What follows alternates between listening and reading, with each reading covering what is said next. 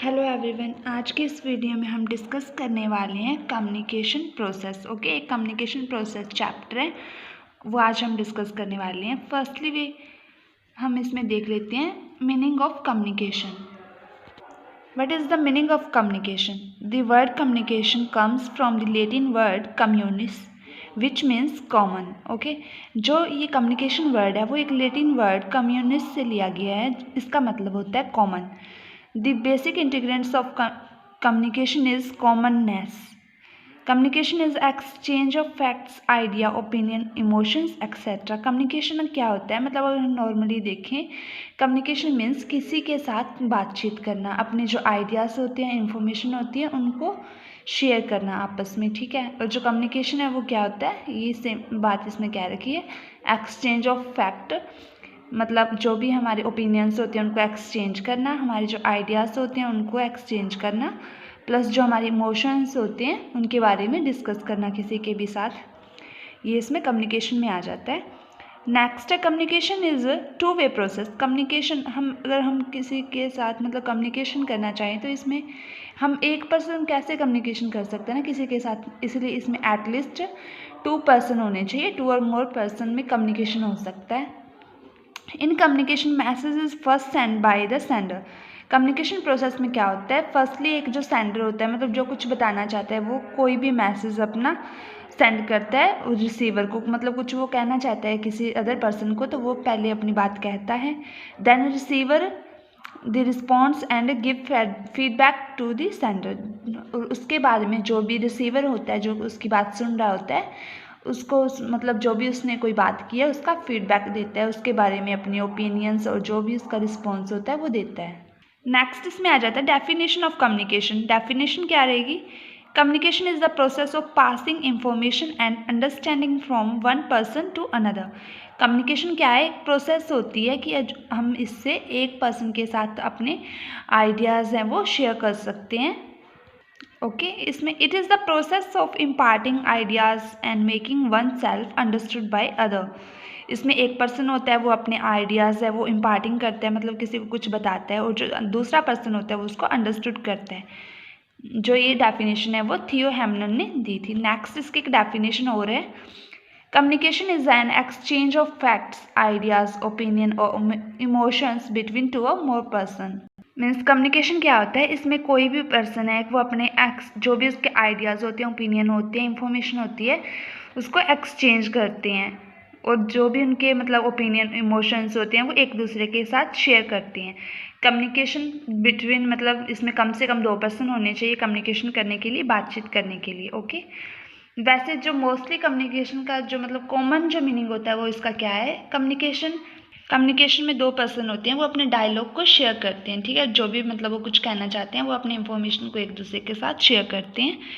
इसमें जो ये वाली डेफिनेशन है वो न्यूमन एंड समर ने दी है, और ये इसमें कुछ पॉइंट्स दे रखे हैं जो कि डेफिनेशन से क्लियर होते हैं। जैसे हम कह सकते हैं कि डेफिनेशन से ये 4 पॉइंट जो मेन है वो निकल के आते हैं। फर्स्ट इसमें क्या रहेगा, a sender who sends the message. एक कम्युनिकेशन प्रोसेस होती है, उसमें क्या होता है, एक सेंडर होता है जो कोई भी मैसेज है मतलब वो स्टार्टिंग करता है। ठीक है, कोई भी बातचीत करें वो उसकी स्टार्टिंग करता है, वो सबसे पहले अपना मैसेज है वो सेंड करता है। सेकंड पॉइंट क्या आ जाता है, message which is to be communicated. एक मैसेज होता है मतलब एक इसमें हम एक जो भी मतलब टॉपिक होता है वो इंक्लूड करके चलते हैं कि कौन से टॉपिक पे कौन सा मतलब मैसेज हम किसी को देना चाहते हैं, क्या हम किसी को बताना चाहते हैं।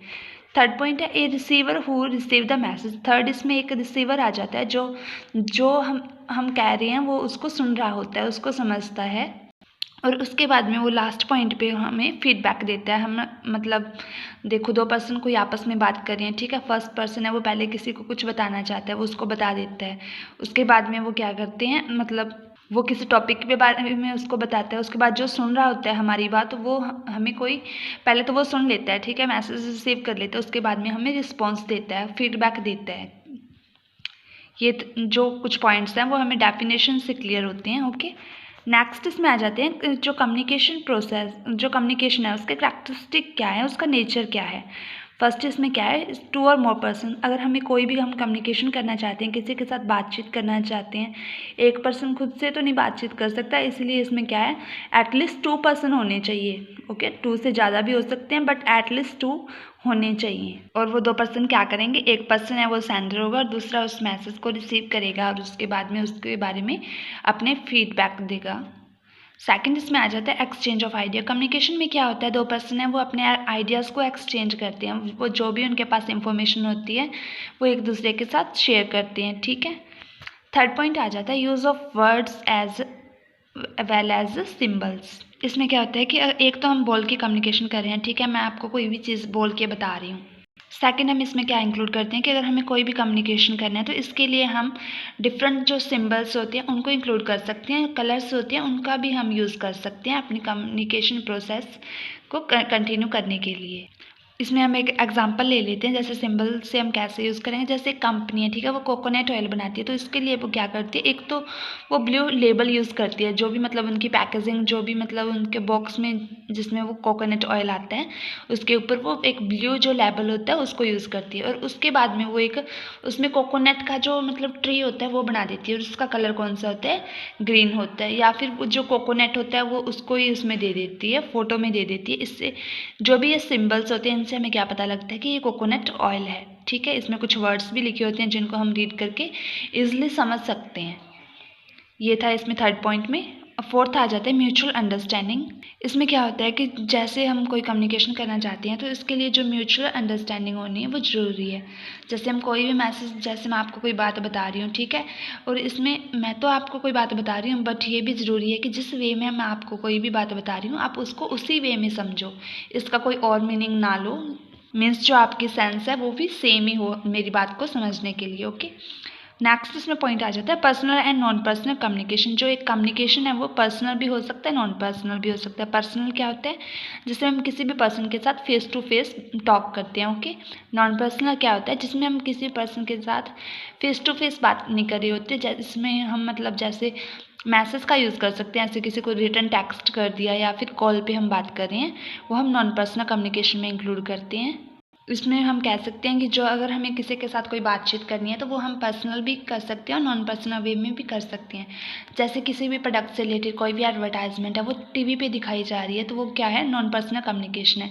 उस मतलब वो कम्युनिकेशन कर रही है हमारे साथ और ये वन वे कम्युनिकेशन है। ओके, इसको हम वन वे कम्युनिकेशन बोलते हैं कि वो हमें बता रहे हैं, हम मतलब जैसे हम टीवी के सामने बैठे हैं, कोई भी एडवर्टाइजमेंट हम सुन रहे हैं तो हम उसको सुन सकते हैं, ठीक है, वो वन वे कम्युनिकेशन हो गया। हम उसको कुछ कह नहीं सकते आगे से, कुछ भी मतलब अगर हम बोलेंगे तो वो उसका कोई भी रिस्पॉन्स नहीं देते।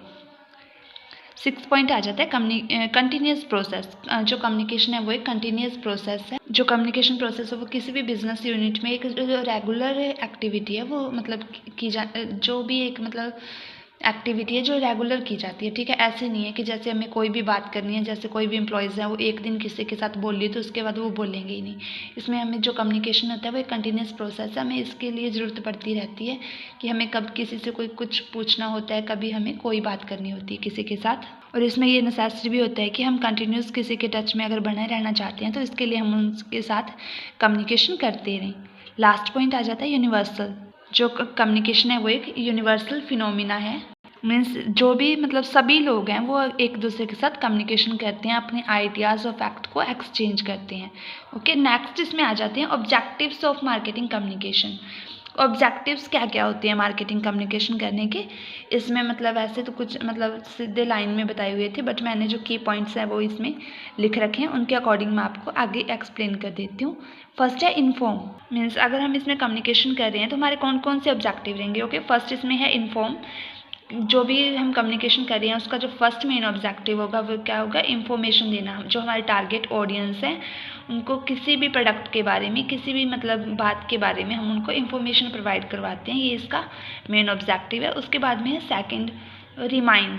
अगर हम कोई भी कम्युनिकेशन कर रहे हैं तो इसका ये एक ऑब्जेक्टिव हो सकता है कि हम जो हमारे पोटेंशियल कंज्यूमर्स हैं उनको रिमाइंड करने के लिए कम्युनिकेशन कर रहे हैं। थर्ड आ जाता है ब्रांड प्रेफरेंस। ब्रांड की प्रेफरेंस को बिल्ड करने के लिए भी हम जो नॉर्मल कम्युनिकेशन करते हैं। फोर्थ है डिससेटिस्फैक्शन। इस पॉइंट में क्या होता है कि जो कंज्यूमर्स जो ओवरकम होती है, कंज्यूमर्स की ओवरकम डिससेटिस्फैक्शन होती है, उन पे हम काबू कर सकते हैं। ओके, उनको मतलब सही बात के बारे में बता सकते हैं थ्रू कम्युनिकेशन। फिफ्थ पॉइंट है क्रिएट डिमांड। हम कम्युनिकेशन क्यों करते हैं कि हमारा जो कोई भी प्रोडक्ट है अगर हम उसको सेल करना चाहते हैं तो उसकी डिमांड क्रिएट हो, उसकी डिमांड को क्रिएट करने के लिए हम कम्युनिकेशन करते हैं। और लास्ट इसमें 6 पॉइंट आ जाएगा अट्रैक्ट डीलर्स। डीलर्स को अट्रैक्ट करने के लिए भी हम जो कम्युनिकेशन करना वो ज़रूरी होता है, ये भी इसका मेन एक ऑब्जेक्टिव है। नेक्स्ट इसमें आ जाता है फेस कंपटीशन। अगर हम कम्युनिकेशन करके कोई भी बात कर रहे हैं तो इससे क्या है, हम कोई भी कंपटीशन है उसको फेस कर सकते हैं। नेक्स्ट पॉइंट है मेंटेन कोऑर्डिनेशन। इसमें क्या होता है कि अगर हम किसी भी पर्सन के साथ बातचीत करते रहते हैं, मतलब जो डिफरेंट ग्रुप होते हैं उनमें लोग काम कर रहे हैं, उनके साथ हम बातचीत कर रहे हैं, तो उससे क्या होगा, जो एक कोऑर्डिनेशन है वो मेंटेन रहता है कम्युनिकेशन करने के द्वारा ही। लास्ट पॉइंट आ जाता है better relation between management and staff. जैसे इसमें कोई भी मैनेजमेंट है, ठीक है, उसको जो भी उनके एम्प्लॉय होते हैं उनके साथ कम्युनिकेशन करते रहना चाहिए। इससे क्या होता है, जो उनके रिलेशंस होते हैं वो भी बेटर हो जाते हैं और जो एम्प्लॉय होती है उनका मोरल भी इंक्रीज़ होता है। ओके, ये थे इसके कुछ ऑब्जेक्टिव्स। जो नेक्स्ट इसका टॉपिक है इसी चैप्टर का वो हम नेक्स्ट वीडियो में डिस्कस करेंगे। वीडियो अच्छी लगी हो तो लाइक कर देना, शेयर कर देना, चैनल को सब्सक्राइब कर देना। Okay, thank you.